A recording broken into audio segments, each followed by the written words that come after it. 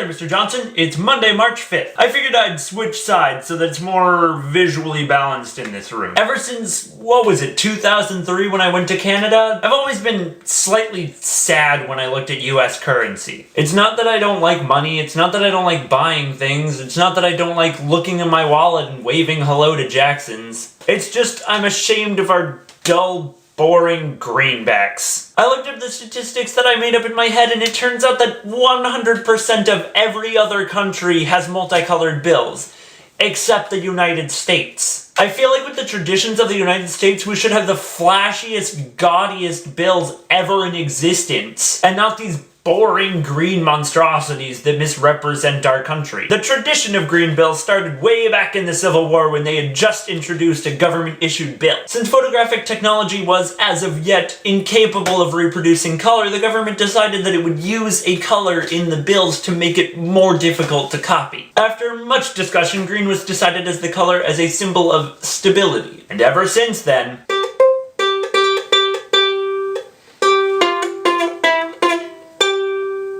but I promise there's more reason than just green being overused. For a while I've worked in a couple different places where reading money quickly is vital to success. Being in customer service though, engaging the customer is also important. Let's put this to the test. What bill just flashed in front of your face? Do you know? What's its value? What color just flashed in front of your face? Wasn't the color easier to register? So when you're working quickly with people, if you've been trained all your life that red equals 10, you don't have to take time to register. What number is this?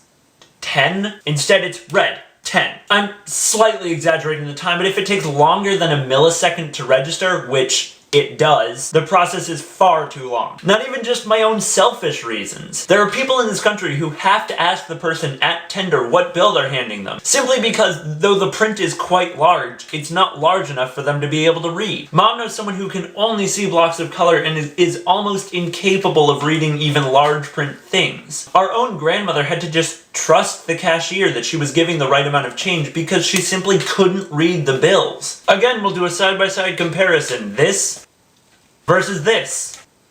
You can clearly see the red and clearly not see the 10. Though the Bureau of Engraving and Printing began putting different colors on the bills in 2003, you can only differentiate them when they're side by side. If you look at them side by side, each bill has a special background color that's just very, very subtle. Purple for the 5, orange for the 10, green for the 20, pink for the 50, and teal for the 100. The issue is just that though, they're far too subtle to notice. The colors are simply there to make them more difficult to copy and to help with the authentication process, which is, albeit important, but not the highest priority in my opinion. But I want to introduce this very bright color differentiation and geometric patterns that almost anyone can see, to make a blazingly obvious difference between the bills. I'm very interested in your opinions on the subject, so if you guys want to, leave some comments in the Wunderbar for discussion. Also, this Friday I'm going to have a question Friday. If you submit your questions to my Tumblr, I will definitely answer them. And if you ask your questions in the comments, I will answer them if I'm capable of finding them. But other than that, Steve, I'll see me tomorrow.